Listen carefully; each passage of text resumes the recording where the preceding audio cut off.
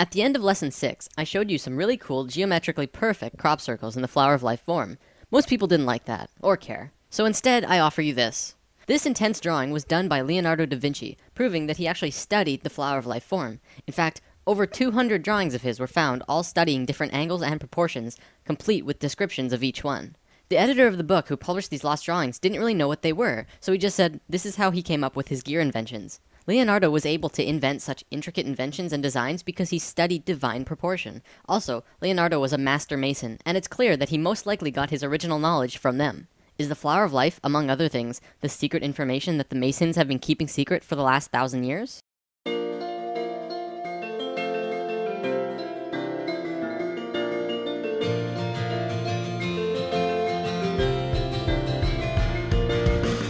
Today, I was going to look at spirals and sequences found all throughout the universe, which is pretty important, but at the last minute I decided to change it because I want to show you something else.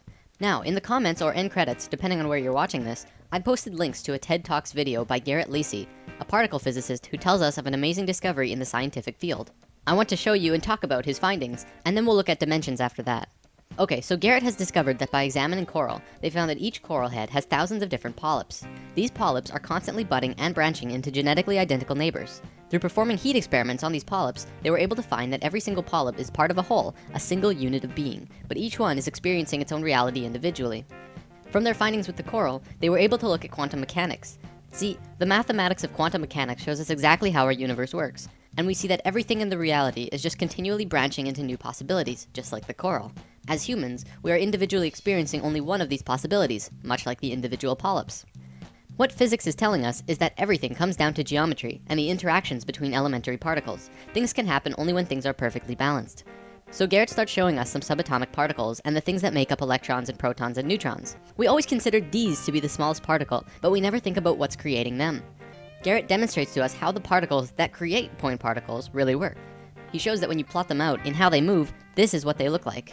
At the tiniest scales of the universe, in how it works, is very beautiful. Now, look at this. This is one of the ways that these charges branch off from each other. As you can see, it flows in a hexagonal pattern, the same pattern that we found in the expanded flower of life. Then, if you rotate this pattern in 6-dimensional charge space, you see it forms yet another pattern. Many of you will recognize this as the shape of the Star of David, but its true name is the star tetrahedron, which maps perfectly over the fruit of life. This entire pattern created by the particles is mapped across over precise places on a 200-dimensional spherical shape scientists have called E8, of which also has a geometric shape. By rotating that shape as well, you can see how there are nearly infinite possibilities as to how these elementary particles interact with each other. The details of the reality begin to take form. Now, as this shape is rotating in 8 dimensions, you can see a myriad of different patterns here. Look at this one in particular. This looks a lot like Metatron's cube, doesn't it? At the heart of particle physics is pure, beautiful geometry. By now, you probably can begin to see where sacred geometry falls into this. Where do these shapes originate? Do they just come into being at random? Or does the first shape come from somewhere else?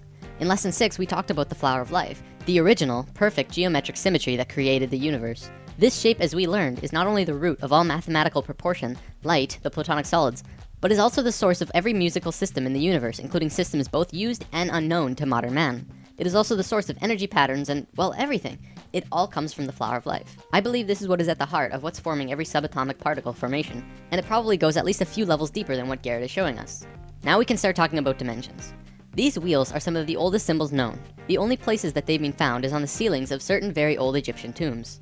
They are always found in sets of 4 or 8, and nobody knows what they are. Even the most famous Egyptologists have no idea, but this is actually proof that the Egyptians not only understood the flower of life, but they lived it.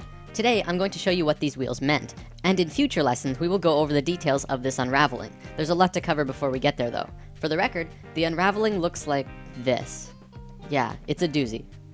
So on the walls with these wheels are drawings of 7 people with animal heads. They're called neiters, and each of them has an orangish red oval above its head.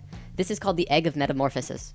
The neiters are showing us a time when we go through a certain stage of resurrection, which is a rapid biological change into a different life form. Not the average type of resurrection, I know. As you can see here, they're changing directions 90 degrees, and in doing so, they're changing dimensions.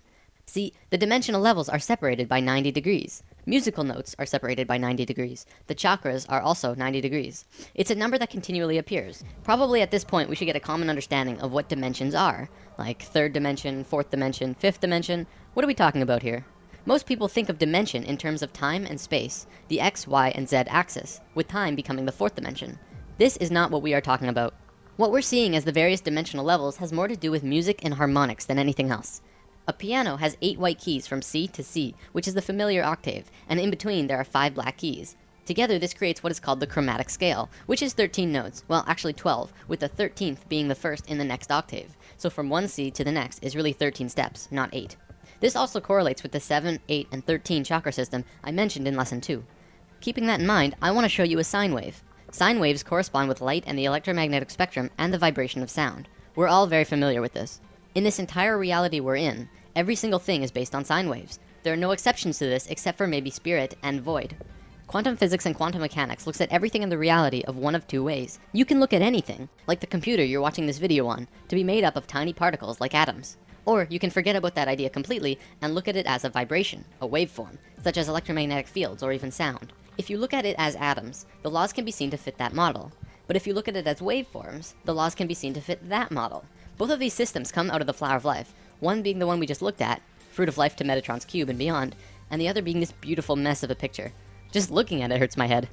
Everything in this world is a waveform, or can be seen as sound. All things, your bodies, planets, absolutely everything, are a waveform.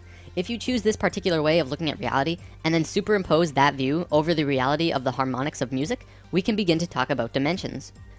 The dimensional levels are nothing but different base rate wavelengths. The only difference between this dimension and any other is the length of its basic waveform. It's just like a radio set. Turn the dial, you pick up a wavelength. It's the same with dimensions. If you were to change the wavelength of your consciousness, and in doing so change all of your body patterns to a wavelength different from this universe, you would literally disappear out of this world and reappear in the one you were tuned in. It's been theorized that the base rate wavelength that we're currently living in is 7.23 centimeters. There's a few reasons for this.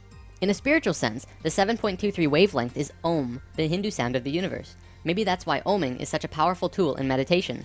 Not only that, but if you were to take 100 people and measure the distance between their eyes, the average length is 7.23. Same with the distance from the tip of our chins to the tip of our noses, and the distance across our palms and between our chakras. This 7.23 length is located throughout our bodies in various ways because we are emerged within this particular dimension. There's another reason as well. Bell Laboratories found this wavelength when they were setting up the microwave system around the United States. They found static in their system because they chose a wavelength just slightly longer than 7.23 for their system. In order to get rid of this static, they did something that we as a planet are still suffering from. They upped the power 50,000 times over what we would normally need, which created a very powerful field, so that the 7.23 wavelength would not interfere. It's for those reasons that I believe 7.23 is the wavelength of our dimension. As you go up in dimensional levels, the wavelength gets shorter and shorter, with higher and higher energy. As you go down in levels, the wavelength gets longer and longer, with lower and lower energy, more and more dense. Just as with a piano, there's a space between the notes, so that when you hit one note, there's a very definite place where the next note is. In this waveform universe we exist in, there's a very definite place where the next dimensional level exists. It's specific wavelength relative to this one. Most cultures in the cosmos have a basic understanding of this and understand how to change between dimensions. However, because of certain events that happened on Earth 13,000 years ago, we have all forgotten, but we're about to remember. So if we show each note in the chromatic scale as a circle, we have 13 circles. Each circle represents a white or black key, and the shaded circle at the end would be the 13th note that begins the next octave. This circle here represents the third dimension. This is where we are, and this circle next to it would be the fourth. In lesson 3, we talked about channeling, and this is typically where channeled beings are. This is also where you explore when you are astral projecting or lucid dreaming. You'll notice now that the musical system goes upwards and downwards forever, octaves over octaves over octaves.